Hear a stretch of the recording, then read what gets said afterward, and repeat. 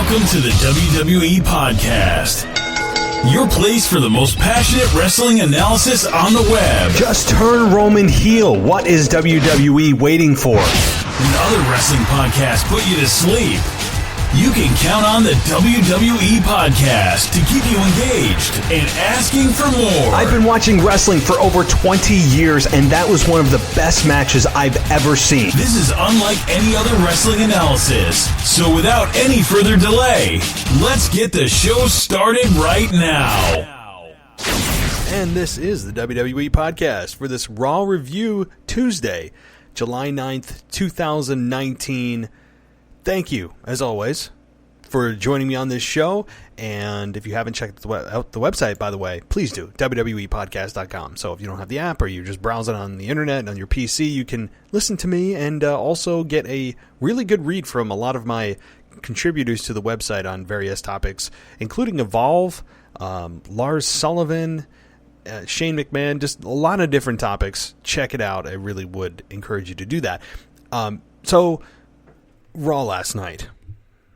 Overall, I think Raw was a step down from the week before. As much as people were talking about Raw with Lashley and Strowman, boy, they didn't follow up very well on that. And we didn't hear anything from Braun Strowman, and we also saw Bobby Lashley as if nothing had happened. I know that it was described to us that Braun Strowman had received multiple injuries, all this and that, yet he's competing in a last man standing match on Sunday. So I know why we physically didn't see Braun Strowman, but there's no retort. There's nothing. We didn't get so much as even a live via satellite, nothing from Braun Strowman, which was a bit disappointing to not hear from him. And conversely, we get Bobby Lashley out there like, last week was just another week, where it's just another match I competed in. It's just another day at the office, so I'm going to come out here with no bandages, nothing. Yet I was transported to the hospital. I'm not following why that's the case. In one of the biggest stunts on Monday Night Raw, they got people talking. We're supposed to be invested in this, and Bobby Lashley comes out unscathed. Completely unscathed. No neck brace, no... I don't even care if it's an elastic band, the things that Cesaro wears religiously, anything to show that, there was some damage inflicted on Bobby Lashley last week, and we got absolutely nothing. We've got no confirmation that Bobby Lashley received any kind of injury whatsoever. I mean, it doesn't have to be debilitating, just give me something that shows the effects of that. And you can guarantee that even at next Monday, after the Extreme Rules pay-per-view, where people are going to be, flying off ladders and hitting each other with chairs and all kinds of stuff, that nobody will come out Monday night showing any kind of signs of wear and tear. I don't even care if Bobby Lashley walked to the ring. He just his normal pose, beat up Rey Mysterio, a returning Rey Mysterio, which, boy, talk about pouring cold water on a reintroduction. I know that what they were going for was domination from Bobby. I get it. I know why they're doing it. Bobby Lashley is a monster, as Braun Strowman is. But Rey Mysterio, one of the greatest of all time, is the sacrificial lamb for Bobby Lashley. They couldn't have found somebody else. Please, anybody but Rey Mysterio, who needs something behind him right now, who inexplicably just gave his championship away to Samoa Joe before he left, and comes back from an injury sooner than expected. And the fans are excited to see him. He's a legend. And what happens? Bobby Lashley just runs him over. I'm not understanding that. I know what Bobby, again, I know the goal here is to make Bobby look strong for Strowman, but it didn't have to be Rey. I'm not following. Okay. Another interesting development was the Maria Kanellis and Mike Kanellis backstage follow-up to last week of Maria saying she's pregnant. And then I think the most interesting part of this is Maria alluding to that Mike may not be the father. And that, we're all assuming that she might have cheated on him. And now we're going to get the follow-up to that. So it continues to evolve in a way that I'm interested. I said this last week, and I will say it again because I think it's worth noting that Maria has a lot to offer here. She's not going to be wrestling. I'm fine with that. But she is very good on the mic. She's got a great delivery. She draws your eye to the screen. She doesn't feel like she's cutting a promo per se. I like Maria Kanellis on the mic, and right now she is spitting out gems with her husband that is apparently the father of her first child, but may not be for the second one. And Mike is just kind of being the slave to Maria Kanellis as the pregnant wife, asking for pickles and ice cream, the generic craving of foods. And then she ends up still acting like a, what towards him. And then basically admitting that he may not be the father. So I'm interested. I mean, I don't mind this little bit of drama in this crazy world of professional wrestling. It doesn't always have to be all about wrestling. And certainly doesn't have to be all about comedy. That was neither here. It was just good storytelling, good drama. And it just tells us, okay, this is the next chapter. Good. Clean cut. Let's go to the next one. It has me hooked. That's a good thing. So props to Maria Kanellis for keeping me engaged. And I don't know what the end game is here.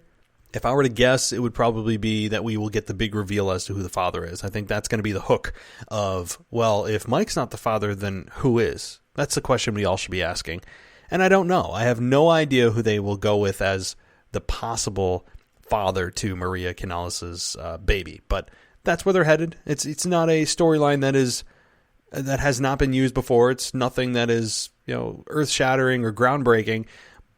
But it's one that works. And when executed correctly, it works well. And right now it's just who impregnated Maria then? That's what we're all thinking, right? That's what we should be thinking. So props to the writers, props to Maria for execution. Another development that came out of the show was Ricochet getting himself beat down by the club again. After beating Luke Gallows and Carl Anderson in separate singles matches, we got AJ Styles as the head of the snake here, the ringleader, attacking Ricochet after that match with Carl Anderson after he beat Carl, and then beating him down, and then beating him down again and again, with Ricochet refusing to stay down, as a good babyface does, and then gets the phenomenal forearm, and AJ Styles stands tall. He never really addressed the audience, as I was waiting for him to do, other than to say backstage that, I don't owe you or anybody here an explanation. Okay, we've heard that heel promo before. I don't know what sparked the turn. Maybe they're still formulating that, and the heels aren't supposed to give us the answers we want, but at the same time, in the interest of good storytelling, you still want to let in the audience on why exactly he decided to make this turn back to the dark side. I would like to know. I would think that it's because he felt like he hasn't been himself. He's been basically being a phony for the last couple of years.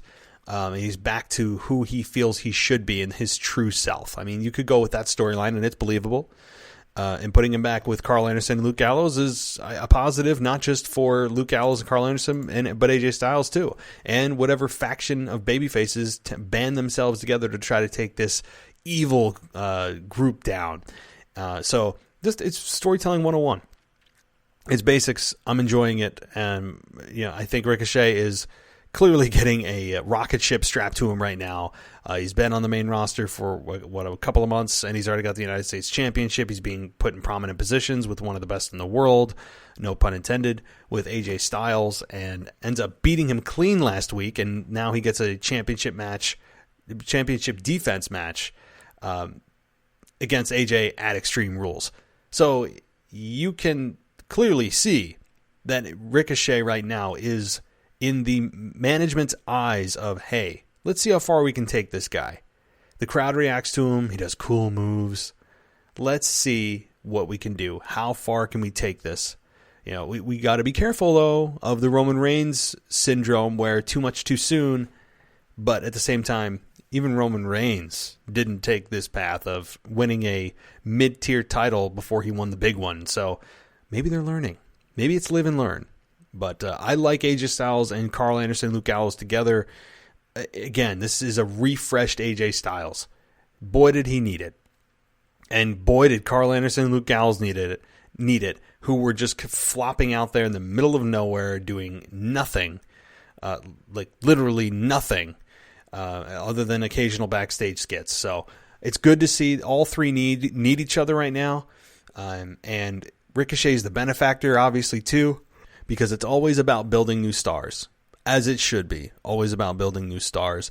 And Ricochet is certainly one that management has on the radar right now. I'm hoping and crossing my fingers that management, a.k.a. Vince McMahon, doesn't get his flavor of the week itis, where, he's been very famous for changing his mind last minute, loves somebody one week, doesn't like him the next, is on him for a month, then comes off and cools him off. There needs to be consistency. There needs to be follow-through. There needs to be long-term planning. All three things that WWE has really slacked on lately over the last couple of years, to be honest, of creative. So to give Ricochet a fair shot, this should not be a one-and-done flash in the pan. This should be a long-term vision. Let's see what this guy's got. Let's put him in pressure situations. Let's put him on the mic. Let's give him personality, give him depth, and see what we have. Let's see what we truly, truly have with Ricochet. Okay, moving on to another storyline. Alexa Bliss, or Alexa Blass, if I'm saying it correctly, Nikki, Alexa Blass. Look, I'm a Nikki Cross fan, and I'm going to get to a lot of things I like right now with her. But she has a thick accent. I don't dislike her accent, but at times it's so thick that the mispronunciation of names and words is distracting. But when she speaks, I listen. Like her thick accent is mesmerizing, but again, it takes away from the content at times because it's so damn thick. But I think Alexa and Nikki has gotten more exposure than I ever would have anticipated having been in this position with Alexa. Nikki Cross has really drawn my attention, and I think the attention of fans who look at her as kind of the innocent, naive one here, with Alexa, who we all know is the evil empress, or evil goddess, as she would say, who is clearly taking advantage of Nikki's innocence and wanting to be a friend of Alexa. Again, it's the same analogy of the nerdy girl or kind of weird girl at school is trying to play with the popular kid. And when the popular kid, or popular girl in this case, gives you any kind of attention, she wants to ride it and ignore anybody else that says she's just using you, and that, once she's done with you, she's going to toss you aside like yesterday's trash, which is ultimately what we all believe is going to happen with Nikki.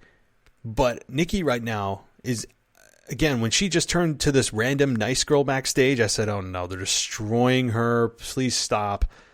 And while I think that the psychotic Nikki isn't gone, I don't know if we need her all the time. And I'm starting to get on board with this Nikki that's naive, if that psychotic end of her still exists and comes out when needed.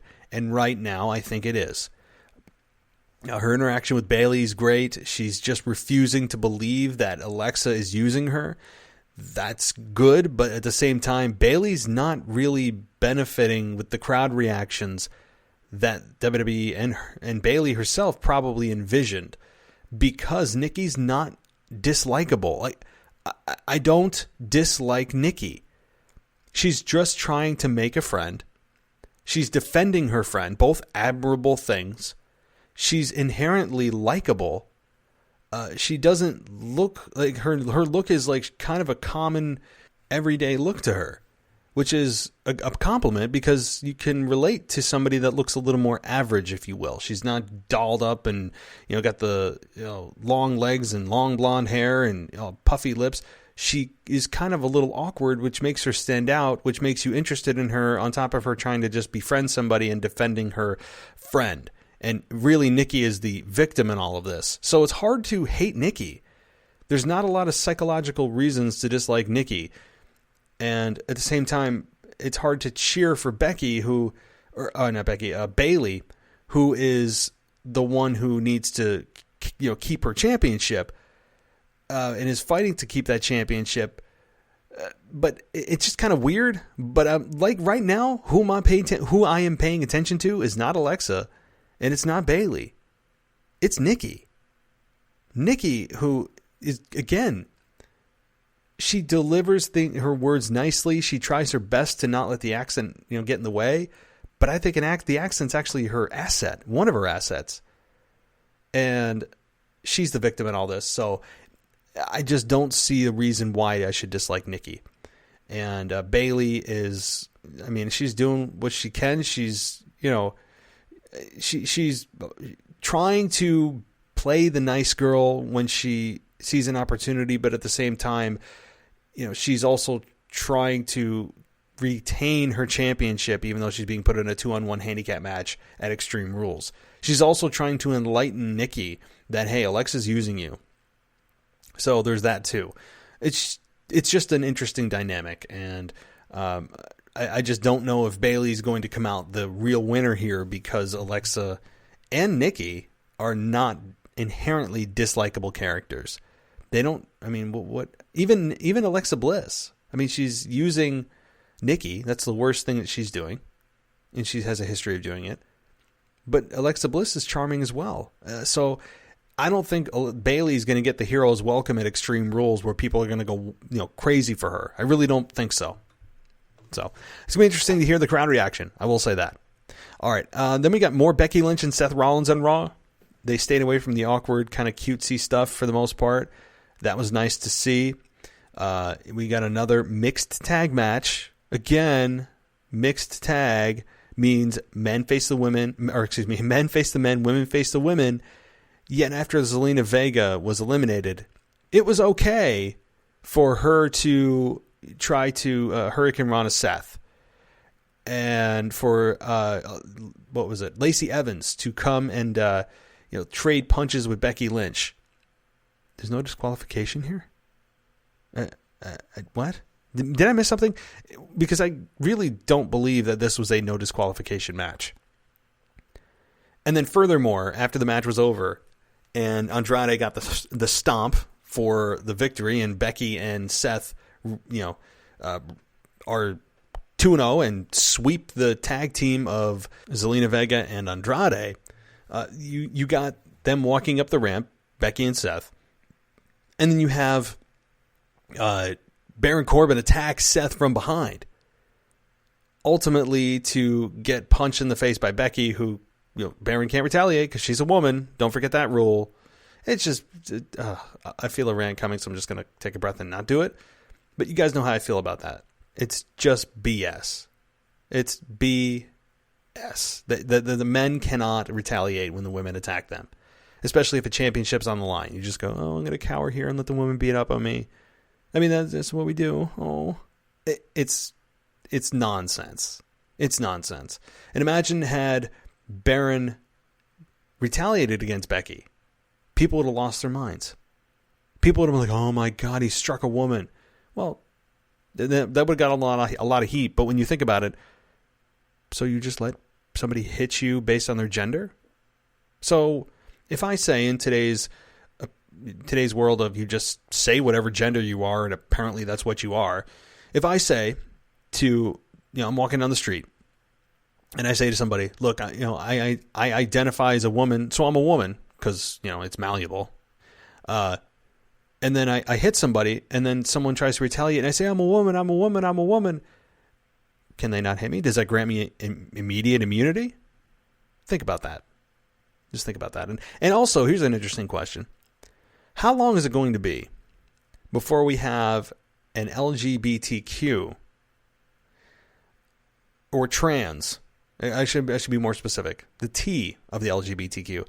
How long is it going to be before we have a trans star on the main roster, and not just on the main roster, but featured prominently, and it's open that they are a transgender individual?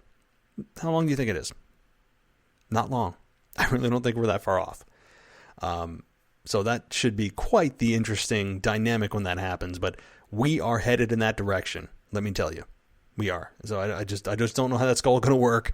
But that could be a conversation for a whole nother day about a transgender individual who is openly transgender, and you have them on the roster competing for what championship? So could they compete for the WWE title? And then go, oh, well, now I identify as a woman. Okay, so I can also be women's champion? A lot of weird stuff that can happen here.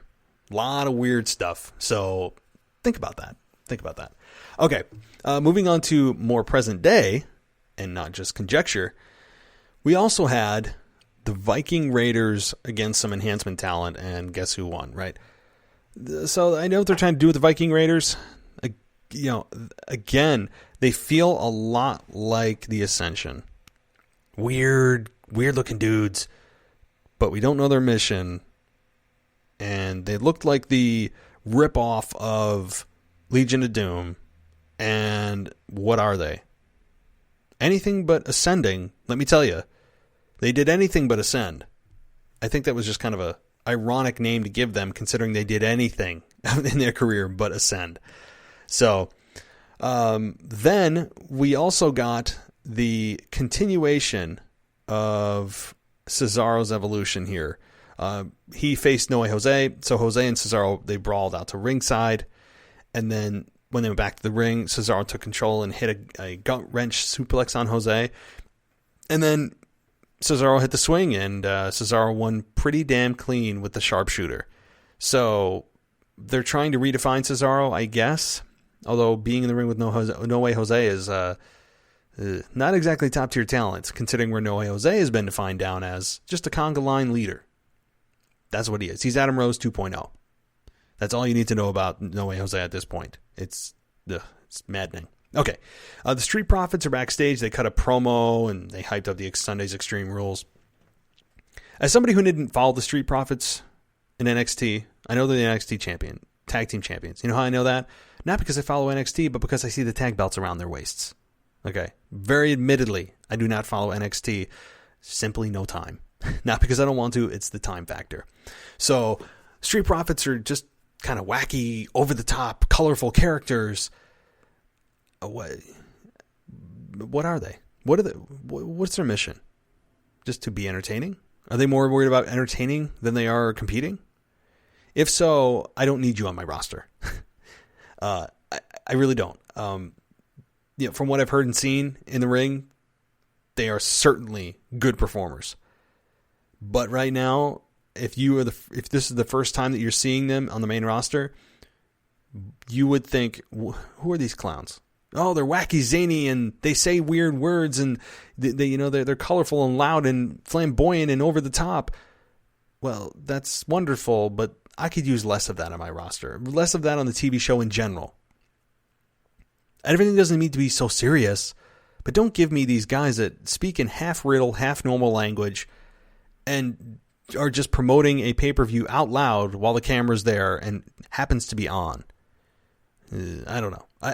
I'm not giving them a thumbs down yet. I'm just kind of like a shaky thumbs in the middle, more of like do something with them that's of substance. That's my spiel on the Street Profits. All right. Moving on to Drake Maverick.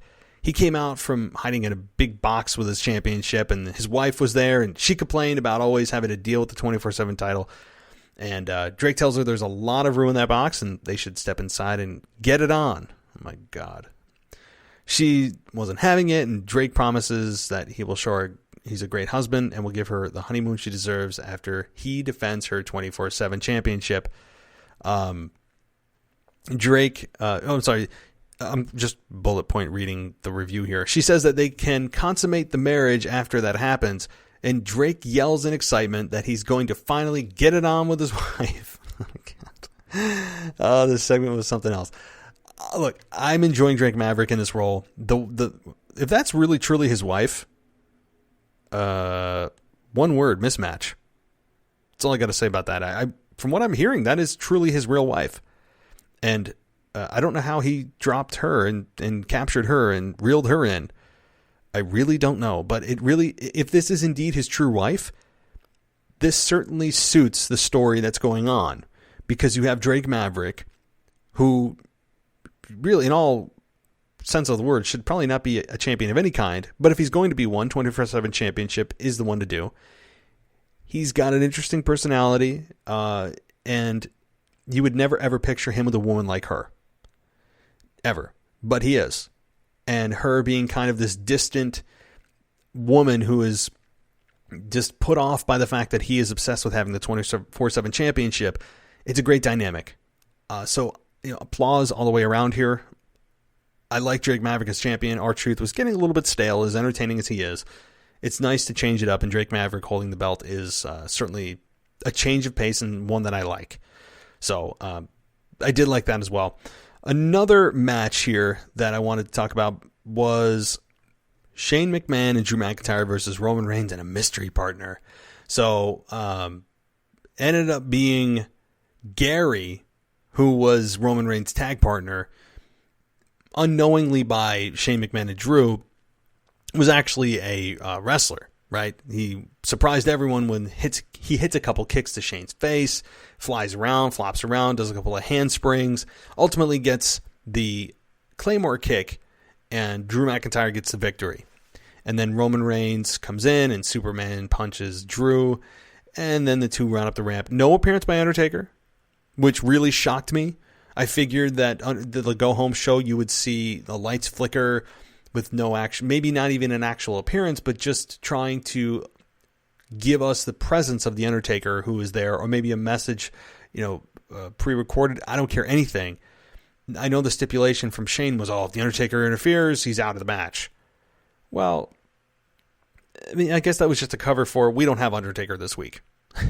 That was pretty much the cover for it. So fine, you explain it that way. I'll buy what you're selling. But at the same time, I wanted to see the Undertaker care about this match and have one last couple of lines, or just, have the smoke and the mirrors and the thunder and the lightning, but don't have him come out. I mean, I just guess I expect a little bit more at the go-home show. But yes, Gary gets the pin. A couple of things that I have to say about this. Number one, I really hope that after this pay-per-view, this Drew McIntyre-Roman Reigns rivalry goes away for a while.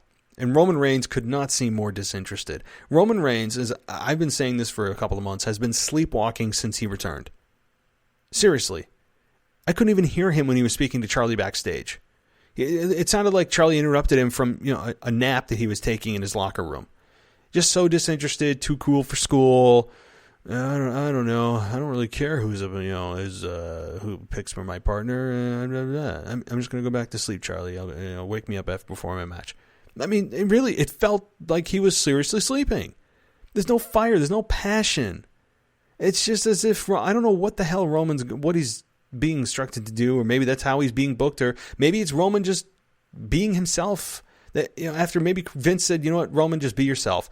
And this is true Roman. The cool, calm, collected, too cool for school attitude.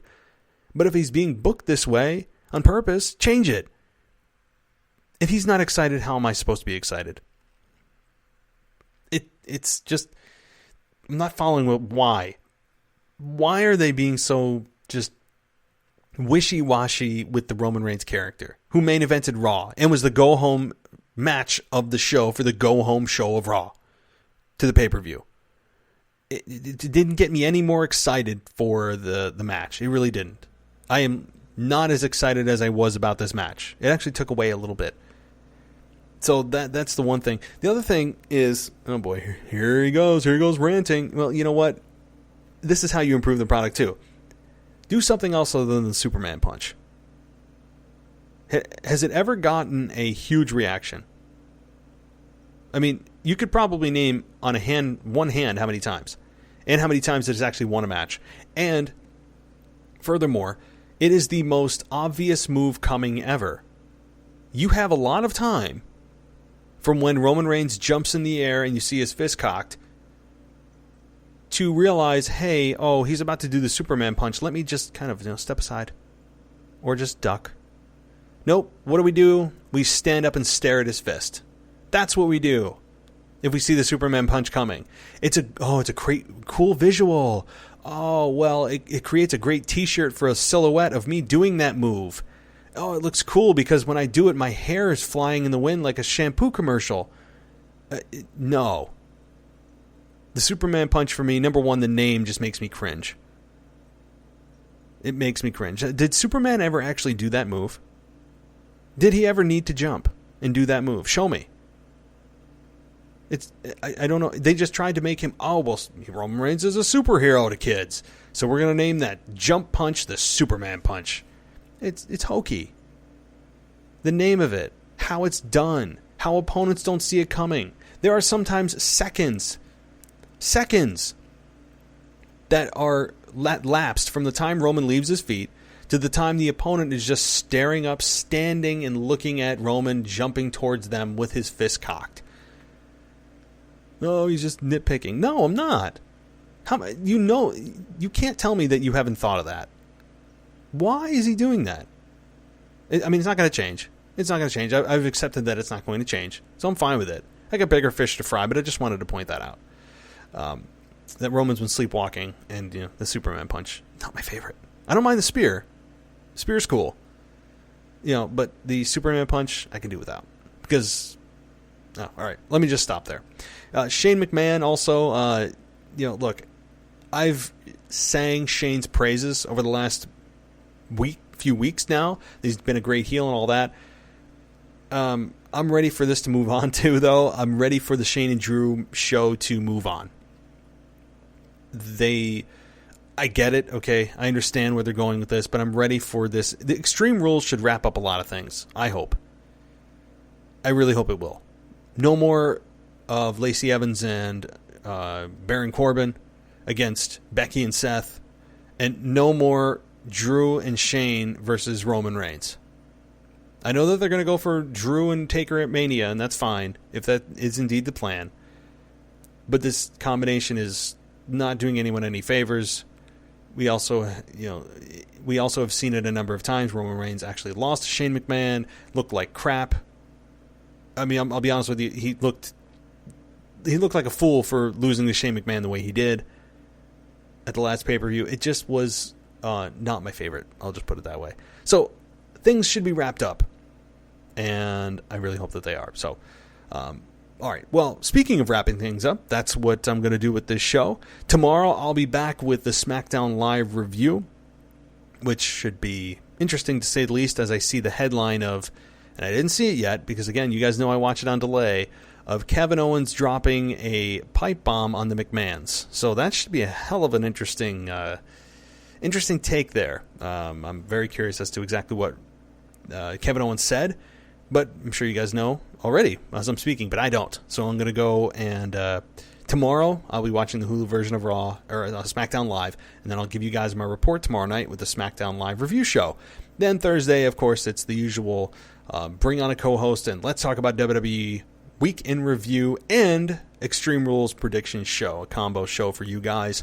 And I'm looking forward to that as well. So please follow me on Twitter at the WWE Podcast. I'm also on Instagram at WWE Podcast, Facebook, WWE Podcast, and all podcast apps. So, guys, thank you so much for joining me. And as always, I'll talk to you next time.